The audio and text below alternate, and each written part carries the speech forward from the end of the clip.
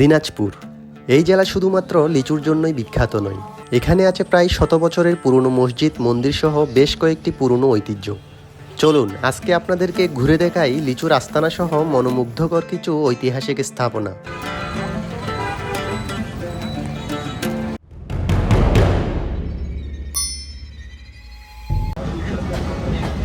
আজ আমাদের গন্তব্য লিচুতে ভরপুর দিনাজপুর। তবে তার ঢাকা থেকে নয়, এই যাত্রা শুরু পঞ্চগড় থেকে। বাংলাদেশে ট্রেনে যেদিকেই যান প্রায় প্রতিটা জায়গায় এমন সুন্দর আর সবুজ। আর ট্রেনে ভ্রমণ মানেই দেশটাকে একদম কাছ থেকে নতুনভাবে দেখা। 2 দিনের এই ট্রিপটা আমরা এমনভাবেই প্ল্যান করেছি যাতে উত্তরবঙ্গের 2 জেলার লোকাল ভাইব কাছ থেকে অনুভব করা যায়। লিচুর সিজন যেহেতু চলমান, তাই দিনাজপুর দিয়েই শুরু করি, আর পঞ্চগড়ের সৌন্দর্য তুলে ধরব পরের ভিডিওতে। আপনি যদি একবার ভোরে উঠে উত্তরবঙ্গের কোনো ট্রেনে চড়ে বসতে পারেন, তাহলেই বুঝবেন গ্রাম বাংলার সৌন্দর্য আসলে কেমন। সাধারণ একটা মোবাইল ক্যামেরাতেই যখন এতটা সুন্দর লাগে, তাহলে ভাবুন তো ঘুমভাঙা সকাল, ঠান্ডা হাওয়া আর এই দৃশ্য সামনাসামনি কেমন অনুভূতি দেয়। মাত্র 2 ঘন্টার এই যাত্রা, কিন্তু প্রতিটা মিনিটই ছিল উপভোগ করার মতো। 125 টাকায় পঞ্চগড় থেকে দিনাজপুর এই ছোট্ট ট্রেন ভ্রমণটা সত্যিই আমার মনে একটা আলাদা দাগ কেটে গেছে। যাই হোক, 2 ঘন্টার এই মনোমুগ্ধকর জার্নি শেষে চলে এলাম লিচুর রাজ্যে। দিনাজপুরে পৌঁছেই প্রথমেই হালকা নাস্তা করে চলে এলাম কালীতলা নিউ মার্কেট লিচুর পাইকারি বাজারে। বাজারে ঢুকেই যেটা চোখে পড়লো, চারিদিকে শুধু লিচু আর লিচু, ঝুড়ির পর ঝুড়ি ভর্তি লিচু, বিভিন্ন জাত। কেউ দাম বলছে, কেউ দরাদরি করছে। পুরো জায়গাটা ছিল একদম জমজমাট। লিচুর গন্ধটাই আলাদা একটা অনুভূতি দেয়, যেটা আসলে এমন জায়গায় না গেলে বোঝা সম্ভব না। এ তো গেল বাজার। এরপর একটা অটো রিজার্ভ করে সরাসরি চলে এলাম লিচু বাগানে, যা দেখলে আপনারও একটিবার এখানে আসতে ইচ্ছে হবে। গাছ ভর্তি পাকা লিচু, আর সরাসরি গাছ থেকে লিচু তুলে নেওয়ার অভিজ্ঞতা, এটা সত্যিই অন্যরকম। নিজের হাতে লিচু ছিঁড়ে খাওয়ার যে মজা, সেটা বাজার থেকে কিনে কখনোই পাওয়া যায় না। তাই বন্ধুদের নিয়ে লিচুর সিজনে প্ল্যান করে চলে আসুন লিচু বাগানে। খেতে পারবেন, কিনতে পারবেন এবং নিতেও পারবেন। লিচুর বাজার আর বাগান নিয়ে আমি আগের ভিডিওতে অনেক বিস্তারিত দেখিয়েছি, তাই এখানে আর বেশি কিছু দেখালাম না। সব শেষে কিছু লিচু কিনে হোটেলে ফিরে একটু রেস্ট নিয়ে ফ্রেশ হয়ে নিলাম। দিনাজপুরে মোটামুটি রিজনেবল প্রাইসে হোটেল পেয়ে যাবেন। হোটেল খুঁজতে গিয়ে এমন একটা লিফটের দেখা পেলাম, যেটা দেখে মনে হলো এটা কি সত্যিই মানুষ ওঠানামার জন্য নাকি শুধু লাগেজের জন্য।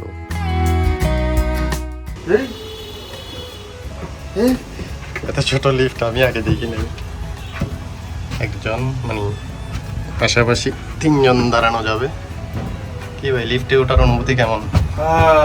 মনে হচ্ছে যেন কত যেন ফেসে গেলাম, এরকম মনে হচ্ছে।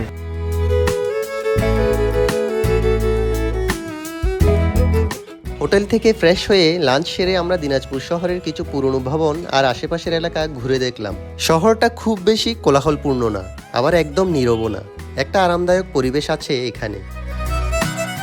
এর মধ্যেই একজন স্থানীয় জানালো, এই ভবনের ইটগুলো নাকি খসে পড়ছে চলাচলের পথে, যা সবার জন্য খুবই ঝুঁকিপূর্ণ হয়ে যাচ্ছে।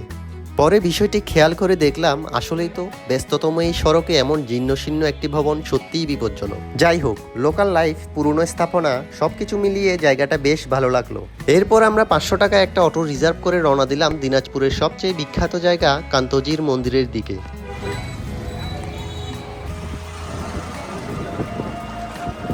মধু মাসের আসল মজাটা বোধ হয় এখানে। যেদিকেই তাকান আম, জাম, লিচু আর কাঁঠাল। কান্তজির মন্দির দিনাজপুরের অন্যতম পরিচিত আইকনিক স্থাপনা। 18 শতাব্দীতে নির্মিত এই মন্দিরের নির্মাণ কাজ শুরু হয় 1704 সালে এবং শেষ হয় 1752 সালে। তবে 1897 সালের এক ভয়াবহ ভূমিকম্পে প্রায় 70 ফুট উচ্চতার এই মন্দিরের উপরের অংশ ধ্বংস হয়ে যায়। এর গঠন ও নকশা সত্যিই অসাধারণ। 1800 শতকে নির্মিত এই মন্দিরটি বাংলাদেশের অন্যতম সুন্দর টেরাকোটা স্থাপনা হিসেবে পরিচিত। মন্দিরের দেয়ালের দিকে একটু খেয়াল করলেই চোখে পড়বে অসংখ্য সূক্ষ্ম কারুকাজ।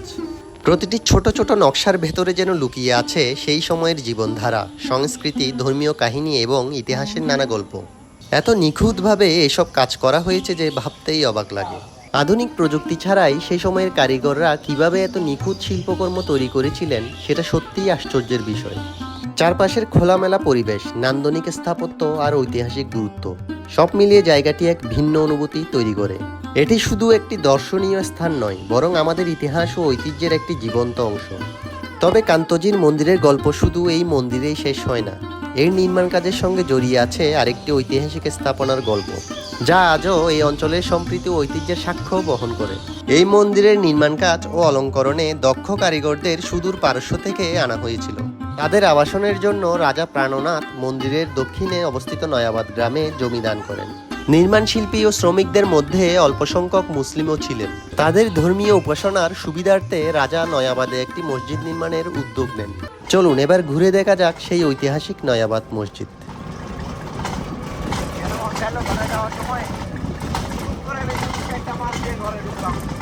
কান্তজির মন্দির থেকে খুব বেশি দূরে নয়, একদম কাছেই অবস্থিত ঐতিহাসিক নয়াবাদ মসজিদ। 1793 সালে নির্মিত এই মসজিদটি আকারে ছোট হলেও এর ঐতিহাসিক গুরুত্ব অনেক। লোকমুখে প্রচলিত আছে যে কান্তজির মন্দিরের নির্মাণ ও অলঙ্করণ কাজে নিয়োজিত কিছু মুসলিম কারিগর ও শ্রমিক নয়াবাদ এলাকায় বসবাস করতেন। তাদের ধর্মীয় চাহিদা পূরণের উদ্দেশ্যে নয়াবাদ মসজিদ নির্মিত হয় বলে জনশ্রুতি রয়েছে। এ সম্পর্কে আপনারা যদি আরও নির্ভরযোগ্য কোনো তথ্য জেনে থাকেন তাহলে অবশ্যই কমেন্টে জানাবেন। তবে মসজিদের নির্মাণকাল 1793 সালে হওয়ায় এর সঙ্গে মন্দির নির্মাণের প্রত্যক্ষ সম্পর্ক নিয়ে ইতিহাসবিদদের মধ্যে ভিন্নমত রয়েছে। মসজিদের স্থাপত্য শৈলী অত্যন্ত সাদামাটা হলেও এর সৌন্দর্য বেশ আকর্ষণীয়। প্রাচীন ইটের গাঁথুনি ও ঐতিহ্যবাহী নির্মাণ শৈলী আজও অতীতের স্মৃতি বহন করে চলেছে। চারপাশের শান্ত ও নিরিবিলি পরিবেশ দর্শনার্থীদের মনে এক ধরনের প্রশান্তির অনুভূতি জাগায়। কান্তজির মন্দির দেখতে এসে অনেকে এই স্থানটি এড়িয়ে যান, কিন্তু ইতিহাস ও ঐতিহ্যের প্রতি আগ্রহ থাকলে নয়াবাদ মসজিদ অবশ্যই ঘুরে দেখা উচিত, কারণ এর সঙ্গে জড়িয়ে আছে স্থানীয় লোককথা, ইতিহাসের নানা ব্যাখ্যা এবং বাংলার প্রাচীন স্থাপত্য ঐতিহ্যের এক অনন্য নিদর্শন। সব মিলিয়ে এই একদিনের দিনাজপুর ভ্রমণ ছিল অসাধারণ এক অভিজ্ঞতা। কম সময়ে অনেক কিছু দেখা, নতুন জায়গা, নতুন অনুভূতি, সবকিছু মিলিয়ে এই ট্রিপটা সত্যিই মনে থাকার মতো। আপনারাও চাইলে খুব সহজেই এই রুটে একদিনের একটা সুন্দর প্ল্যান করতে পারেন। ভিডিওটি ভালো লাগলে লাইক, কমেন্ট আর সাবস্ক্রাইব করতে ভুলবেন না। ভালো থাকবেন সবাই, দেখা হবে পরবর্তী ভিডিওতে।